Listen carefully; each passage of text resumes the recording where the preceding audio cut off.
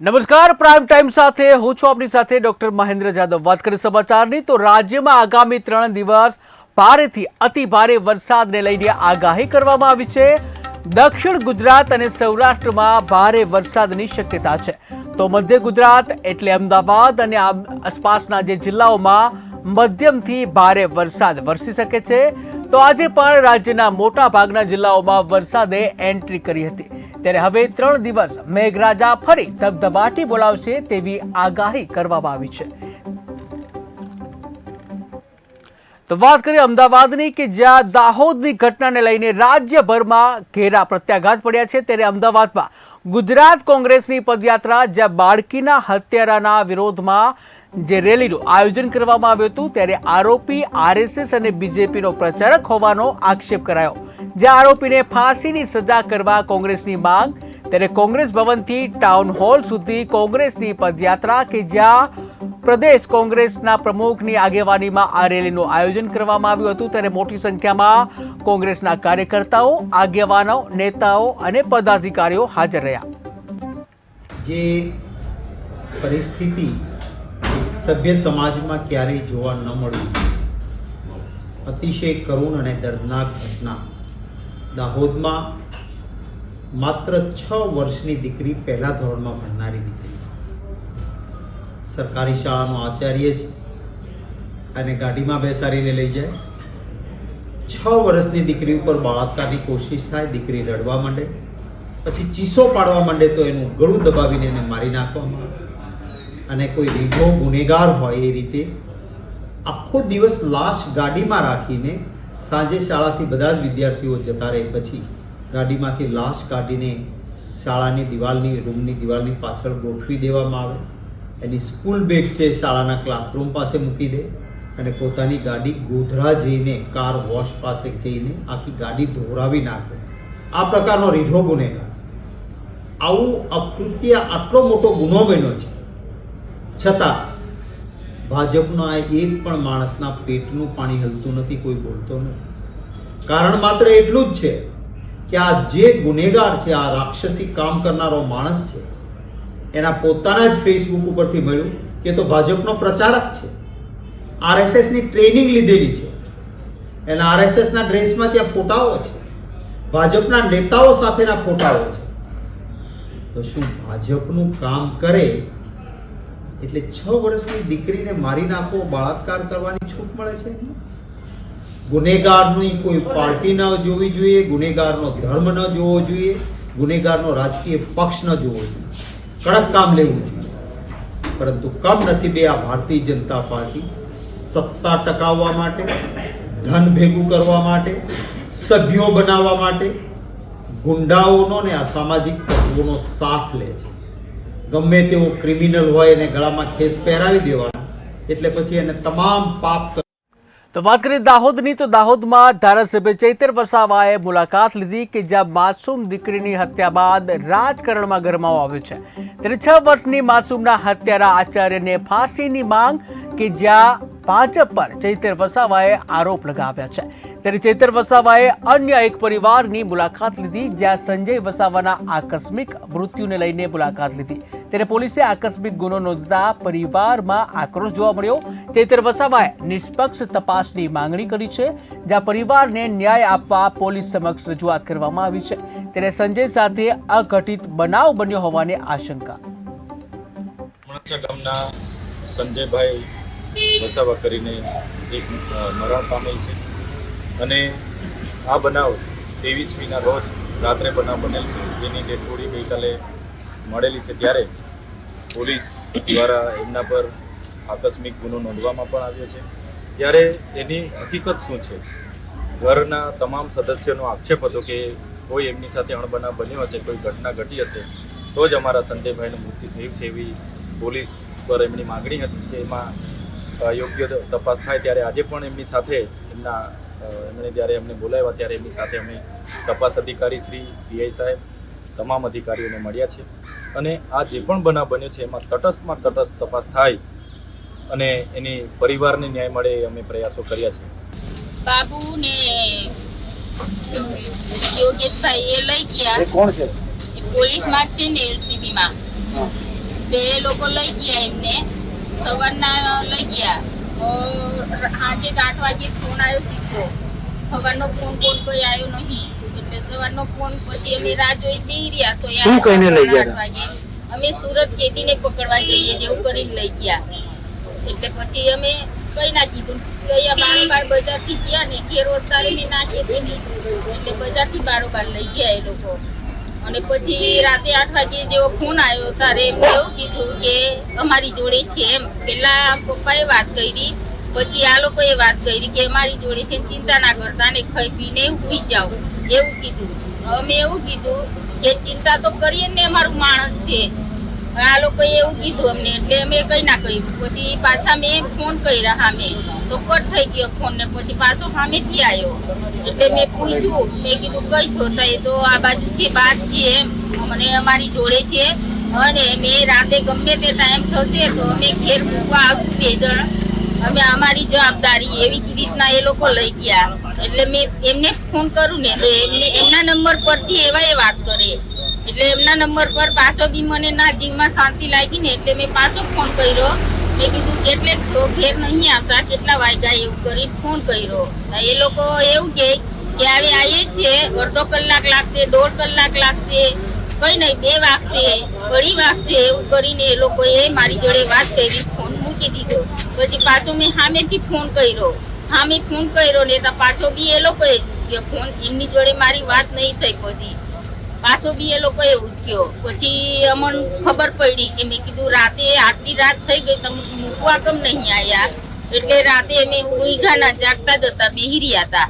પછી રહીને મેં વિચાર્યું કે મેં કીધું આવ્યા કેમ ના, એટલે ફોન કર્યો પાછો સામેથી એમના નંબર પર. એટલે 2-3 રીંગો વાગી, ફોન જ ના કોઈ ઉચક્યો.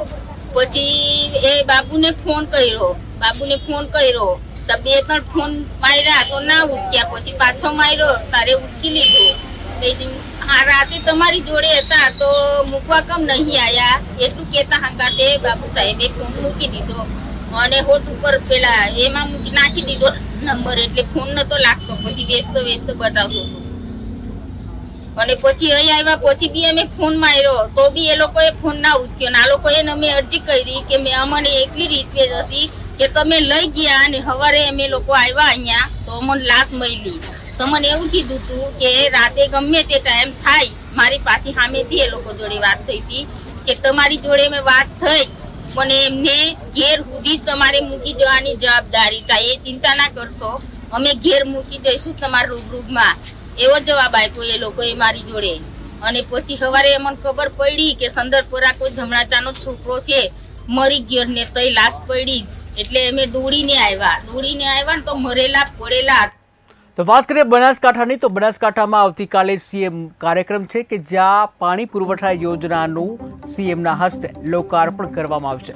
ત્યારે ₹6.33 કરોડના ખર્ચે કરાશે લોકાર્પણ. પાણી પુરવઠા યોજનાનું લોકાર્પણ કરવામાં આવશે, જ્યાં કુલ 192 ગામ અને થરા શહેરને મળશે પીવાનું પાણી. ત્યારે 7 લાખ નાગરિકો માટે દૈનિક 6.40 કરોડ લીટર પાણી મળશે. તો વાત કરીએ સુરતની, તો સુરતના માંગરોળ પાસે એલસીબીની ટીમને અકસ્માત નડ્યો છે કે જ્યાં રાજકોટ એલસીબીની કારને ટક્કર વાગતા પડીકું બની ગઈ, કે જ્યાં અકસ્માતમાં ગંભીર ઇજાઓ થતા પોલીસકર્મીનું મોત નીપજ્યું. અન્ય પોલીસકર્મી અને એક આરોપીને ઈજા પહોંચી છે. ત્યારે કારમાં 4 પોલીસકર્મી અને એક આરોપી સવાર હતા, જ્યાં માંગરોળ તાલુકાના નાના બોરસરા પાસે આ બનાવ બન્યો હતો. ત્યારે એલસીબીની ખાનગી કારને ટ્રક ચાલકે ટક્કર મારી, જ્યાં ટ્રક ચાલકે ટક્કર મારતા કાર આગળ જતા વાહનમાં ઘૂસી. તો વાત કરીએ સુરતની, તો સુરતના ઓલપાડમાં મંત્રીની સરપ્રાઇઝ વિઝિટ કે જ્યાં સસ્તા અનાજની દુકાનમાં આકસ્મિક વિઝિટ કરવામાં આવી. ત્યારે ફરિયાદ મળતા મંત્રી આવ્યા એક્શન મોડમાં, જ્યાં સસ્તા અનાજની દુકાન સામે આવી લાલિયાવેડી. ત્યારે વજન કાંટામાં 1 કિલોએ 40 ગ્રામ વજન ઓછું તેવું મુકેશ પટેલે જણાવ્યું, કે જ્યાં મંત્રી મુકેશ પટેલે જાતે જ અનાજની ગુણીઓ અને કાંટાઓ ચેક કર્યા. ત્યારે વિઝિટમાં ઓલપાડ નાયબ પુરવઠા અધિકારીઓ પણ જોડાયા. પંડિત દીનદયાળજીના જન્મજયંતિ નિમિત્તે ભારતીય જનતા પાર્ટીનું મહાસદસ્યતા અભિયાન ચાલી રહ્યું છે. તમામ કાર્યકર્તાઓ બૂથે જઈને સદસ્યની નોંધણી કરી રહ્યા છે. આજે ઓલપાડ ખાતે અલગ અલગ વોર્ડની અંદર અલગ અલગ બૂથની અંદર આ સદસ્ય નોંધણીની અંદર મારે જવાનું થયું. સાથે સાથે ઓલપાડની અંદર લગભગ 5 જેટલી દુકાન પંડિત દીનદયાળ ઉપાધ્યાય ગ્રાહક મંડળની દુકાનો જે ચાલે છે, સસ્તા અનાજની દુકાનો, એ દુકાનની પણ મુલાકાત લીધી છે. જે લોકોના જે દાવા અરજી બાકી હોય અને અનાજ ના મળતું હોય એના માટે પણ લોકોની ત્યાં અમે ફરિયાદો સાંભળી હતી. અને આના માટે જેને દાવા અરજી બાકી છે, કોકને અનાજ નથી મળતું, એનું KYC કરવાનું બાકી છે, તો એના માટે પણ અમે 2 થી 3 દિવસની અંદર કેમ્પ રાખીને આ જ્યાં જ્યાં આવા નાના તો વાત કરીએ દાહોદની, તો દાહોદમાં નકલી એને કૌભાંડની તપાસમાં શહેર, કસ્બા અને આસપાસના વિસ્તારની આશરે 179 ઉપરાંતની જમીનોમાં કોઈને કોઈ પ્રકારની શંકા ઉપજાવે તેની સંદિગ્ધ નોંધો પ્રમાણિત થઈ હોવાનું તથા કેટલાક કિસ્સાઓમાં એનેના હુકમોમાં ગેરરીતિ થઈ હોવાનું પણ જણાઈ આવતા આ સંબંધે જે સમાહર્તા યોગેશ નિર્ગુડે લેખિત હુકમ કરતા અને આ હુકમમાં જે તે સંબંધિત અધિકારીઓને કોઈ પણ પ્રકારનો દસ્તાવેજની નોંધણી ન કરવા, કોઈ પણ નોંધમાં ફેરફાર ન કરવા તેમજ અને તમામ પ્રકારના પ્રતિબંધો લગાવતા દાહોદ શહેર સહિત કસ્બામાં જે ખળભળાટ મચી ગયો હતો. ત્યારે નકલી એને પ્રકરણ સામે આવ્યા બાદ રાજ્ય સરકાર અને વહીવટી તંત્ર ગંભીર બન્યું હતું અને છેલ્લા 20 વર્ષની તમામ નોંધો અને બિનખેતીના હુકમોની ખરાઈ અંગે સંબંધિત કચેરીઓમાં તેમજ સર્વે નંબરમાં જે તે જવાબદાર અધિકારીઓ દ્વારા જાત નિરીક્ષણ હાથ ધરી પ્રોપર્ટી કાર્ડ ધારકો પાસે ઉપલબ્ધ અને તંત્રમાં નોંધાયેલા દસ્તાવેજોની માઇક્રો એનાલિસિસ હાથ ધરવામાં આવ્યું હતું. જેમાં 9500 પ્રોપર્ટી કાર્ડમાંથી 924 જેટલા પ્રોપર્ટી કાર્ડની તપાસ કરવામાં આવી હતી અને જેમાં 179 સર્વે નંબરો શંકાસ્પદ સર્વે નંબર તરીકે સામે આવ્યા.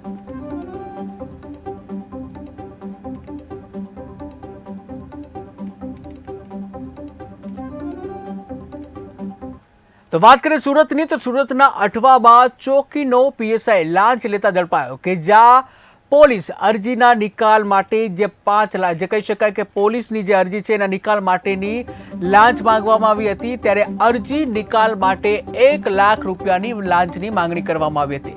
બનાસકાંઠા SCBએ પકડવા જે છટકું ગોઠવ્યું હતું અને જ્યાં રૂપિયા 1 લાખની લાંચ લેતા PSIને રંગે હાથે ઝડપી પાડવામાં આવ્યા. ત્યારે PSI લલિત કુમાર પુરોહિત રંગે હાથે ઝડપાયા, જ્યાં ગોપીપુરા પોલીસ ચોકીમાં ફરજ બજાવતો હતો. ત્યારે ફરિયાદી વિરુદ્ધ કેસ ન કરવા માંગી હતી લાંચ.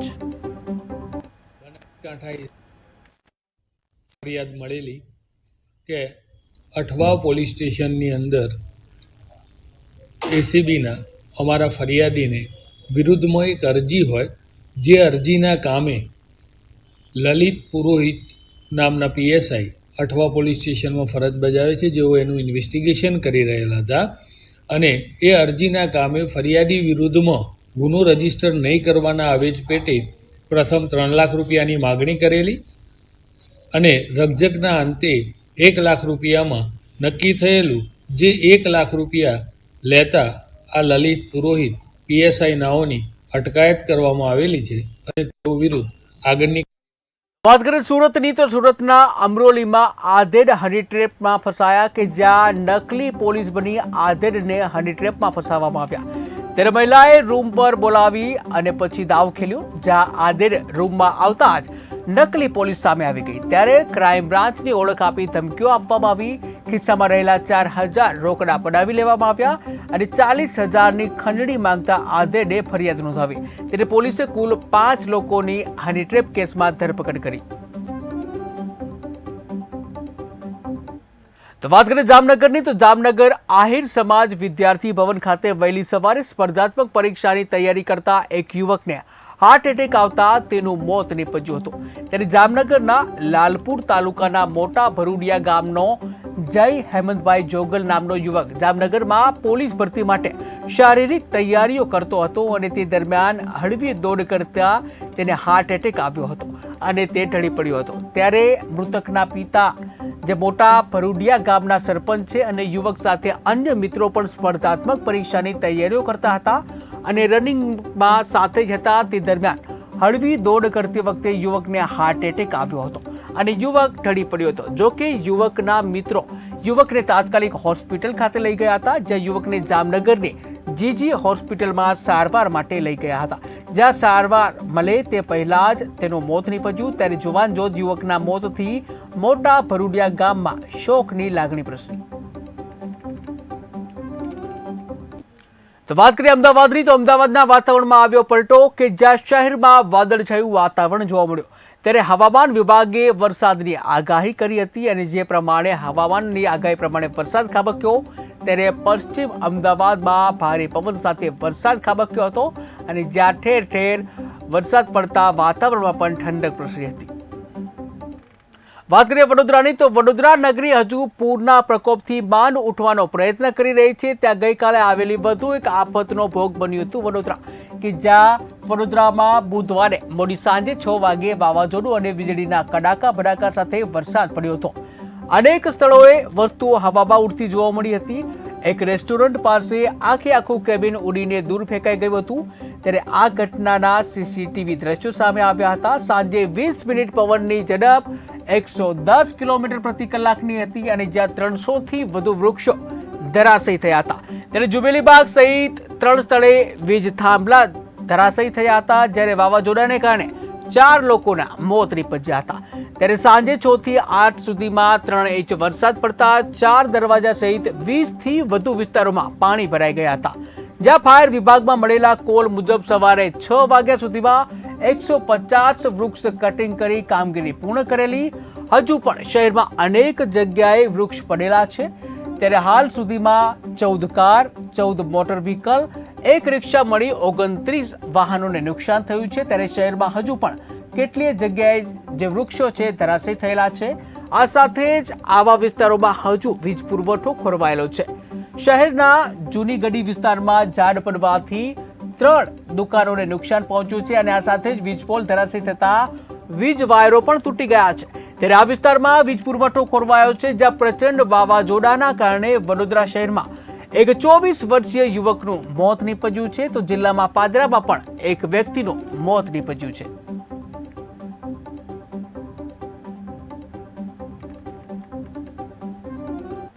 તો વાત કરીએ અરવલ્લીની, તો અરવલ્લીના ભિલોડામાં ધોધમાર વરસાદ, કે જ્યાં ભારે પવન સાથે ગાજવીજ સાથે વરસાદ પડ્યો હતો. ત્યારે નવા ભવનાથ, માકરોડા, તોલવાણીયામાં વરસાદ પડ્યો હતો. વરસાદથી સોયાબીન, મગફળી અને કપાસના પાકોને નુકસાન થયું છે. અસહ્ય ઉકળાટ બાદ વરસાદ વરસતા વાતાવરણમાં ઠંડક પ્રસરી. વાત કરીએ સુરતની, તો સુરત જિલ્લામાં સાર્વત્રિક વરસાદ ખાબક્યો. જિલ્લાના તમામ તાલુકાઓમાં વરસાદ જોવા મળ્યો. ત્યારે કેટલાક વિસ્તારોમાં ભારે પવન સાથે વરસાદ ખાબક્યો, જ્યાં વરસાદી માહોલથી વાતાવરણમાં ઠંડક પ્રસરી હતી. ત્યારે સૌથી વધુ વરસાદ ઉમરપાડામાં પડ્યો હતો, જ્યાં ઉમરપાડામાં 7 ઇંચ વરસાદ નોંધાયો.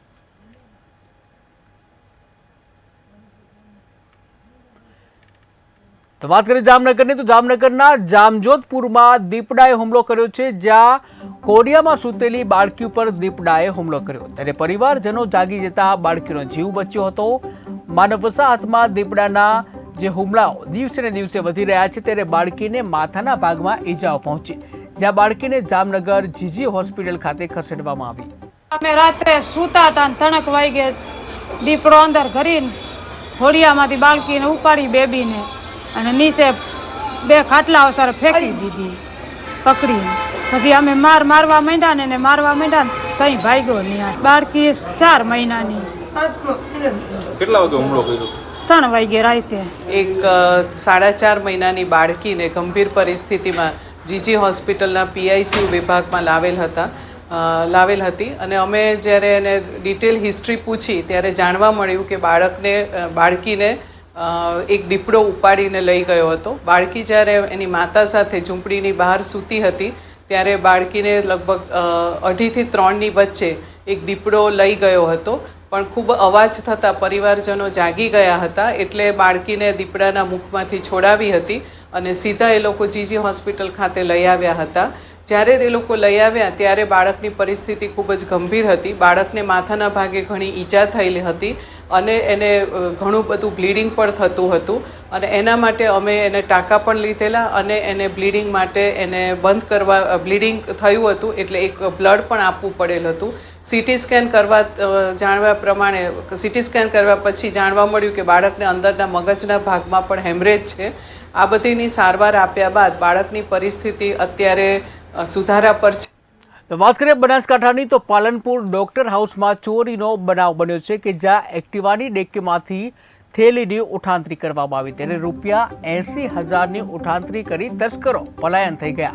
જ્યાં હોસ્પિટલનું બિલ ભરવા ઉપાડ્યા હતા પૈસા, ત્યારે 2 અજાણ્યા શખ્સો રૂપિયા લઈ ફરાર થઈ ગયા. ત્યારે ફરાર થતા 2 ચોર સીસીટીવી કેમેરામાં કેદ થયા, જ્યાં સીસીટીવી ફૂટેજના આધારે આગળની કાર્યવાહી હાથ ધરાઈ.